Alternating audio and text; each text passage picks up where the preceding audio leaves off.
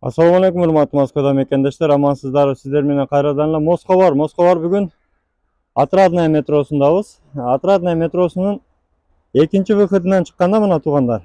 Көрүп турасыздар, экинчи выход. Бул жагында Байконур. Ошол Байконурду көздөп мына экинчи выходтан чыкканда туугандар. 30 секунд бассаңыз 100 метр. Мына. Medical Club медицинский центрге келебиз. Ушул жерде биздин Кумар деген мекендешибиз өзүңөргө белгилүү урология жана ичти массаж кылуу боюнча ушул жерде кызмат кылат. Азырында ичин көрсөтүп кетели. Мына туугандар, 7-чи кабинетке киребиз. Мына ушул жерде биздин Кумар Таксыр өзүнүн ишин кылат.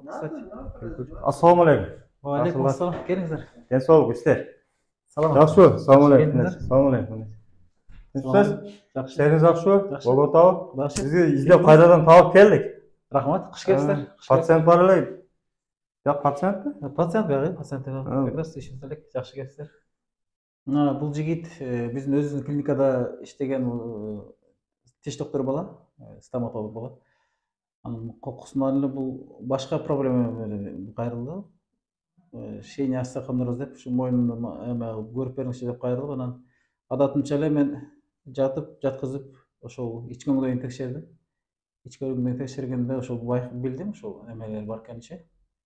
Biraz орусча айтканда нарушение бар экенин байкаптыр, анан айтсам өзү да айтып калды анан кийин. Ушундай башка клиникаларда эме жүргөм, дарыланып жатам деп айтты. Анан ошол калганын эгер мүмкүн болсо өзү айтып берсе, болсо. Ну, обращался ко многим специалистам, был и в частной клинике, был и в государственной поликлинике, да, вот. Никто не мог выявить проблему, да, лечили там, то говорили с печенью проблемы, то говорили там с поджелудочной, то есть желчным пузырем, да, проблемы, и как бы лечили от всего, да, но конкретную проблему не могли выявить. А вот так получилось, что я вот познакомился с доктором, да, обратился к нему, хороший специалист, там выявил проблему буквально там за несколько посещений, там за 2, за 3 посещения поставил на ноги, все вылечил и как бы никаких проблем. Вот. До этого был и в частных клиниках, кучу денег потратил, но толка никакого. Вот. Советую всем, обращайтесь, очень хороший специалист с большим стажем, вот, как говорится, быстро на ноги поставит и как бы решит любые проблемы, которые у вас имеются. Спасибо вам. Благодарен вам. Спасибо. Здравствуйте, доктор, вот, за то, что вы мне помогли. Таксыр, жакшы, ишиңизди көрдүк, мына отзывдарды көрдүк. Ушул именно медицина тармагындагы алган билимиңиз жөнүндө кичине баяндама берсеңиз, каерде бүтүрдүңүз, кайерлерде окуп келдиңиз? Мен өзүм ошо Кыргыз медицина академиясын бүтүрүп, андан кийин Бишкектен бүтүрүп, кийин урологияны Оштон бүтүргөм. Ошол уролог болуп эмеде иштеп жүрдүм. Нокаттын райондун поликлиникасында. Кыргызстанда иштеп жүрүп, ал жерде эми биздин официальный медицина деп коет. Официальный медицинада көп жетишсиздиктер бар экенин байкадым да. Официальный медицинада ал мисалы биздин официальный медицинада уролог десең, ошо бир гана нерсени карашың керек, башка врачтарга жөнөтөсүң, мына комплекс лечение кыла албайсың да. Тем более айылда кичине жер бир дарылаган адамды эртең кетесиң дагы көрөсүң.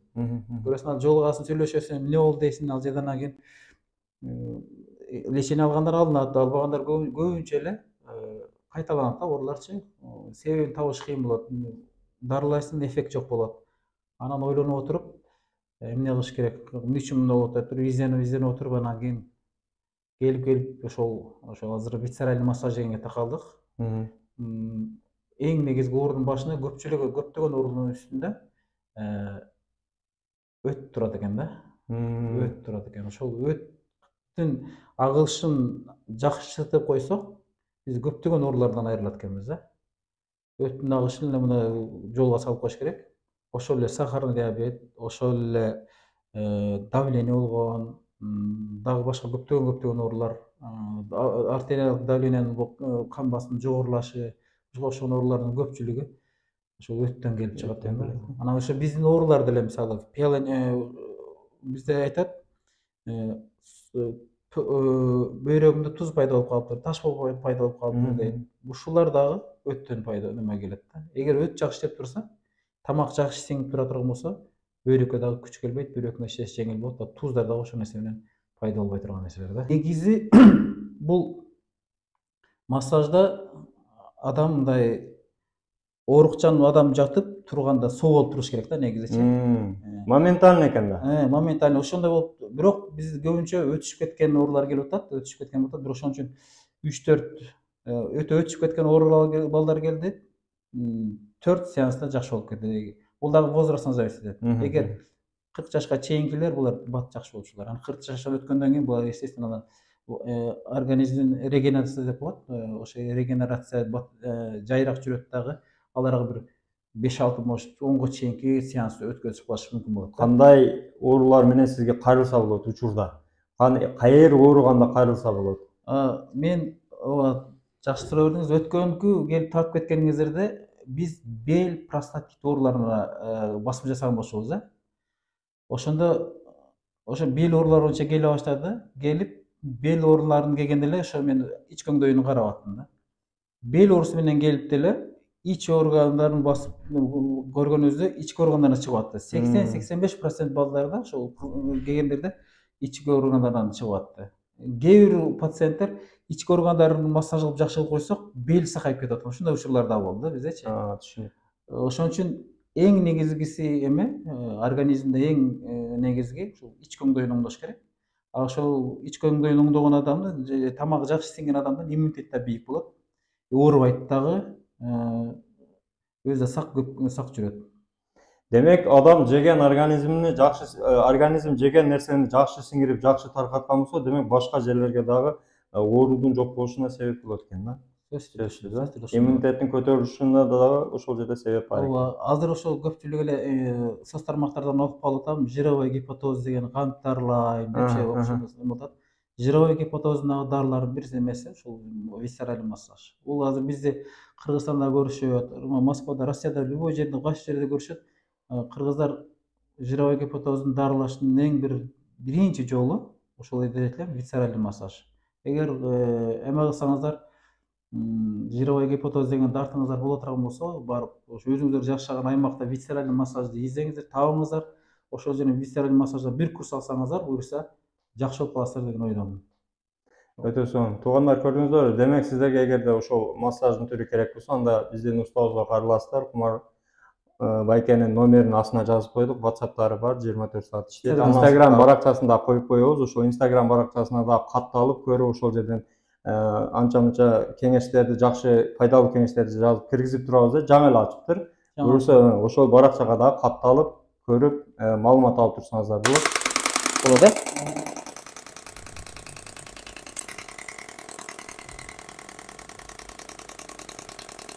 Бул терапия физиотерапиянын бир түрүнө кирет. Ударно-волновая терапия деп коет, орусчасын айтканда. Удар болот бул жерде биринчичи. Удар болот, удардан чыгып толкун чыгат. Ошо толкундар жардам менен биз ошол белдеги, ошо башка жерлердеги триггерный точка деп коет. Ошо триггерный точкада алганга, спазм, мышцалардын спазмын алганга жардам бере турган терапия бул. Азыр бул жигиттин эмеси бели ооруп келген экен. Ошо бел оорусуна баягы грыжа, протрузия деген ооруларга ушул терапиянын жардамы өтө чоң.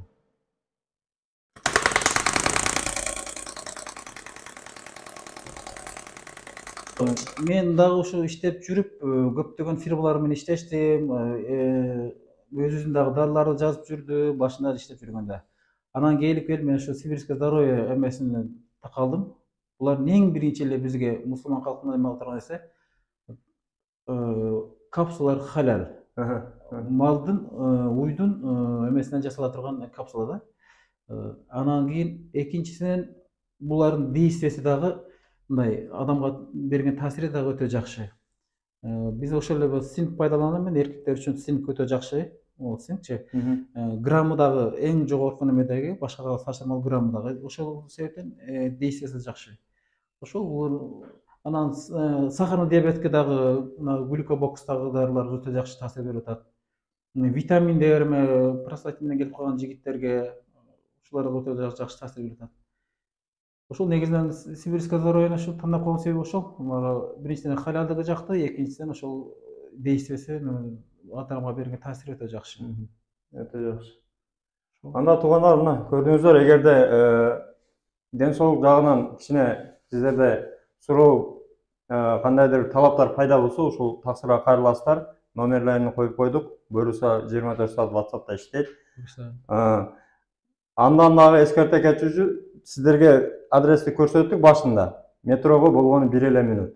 Атырады метродон чыкканда эле биринчи үй экен. Жакын. Ишиңиздерге ийгилик анда. Кумар ака, буюрса дайыма ушул кыргыз элинин кызматында жүрө бериңиздер. Ишиңиздерге ийгилик болсун. Рахмат. Алла разы болсун. Тынчмаңыздар. Мекендештер, оорубаңыздар. Аман болуңуздар.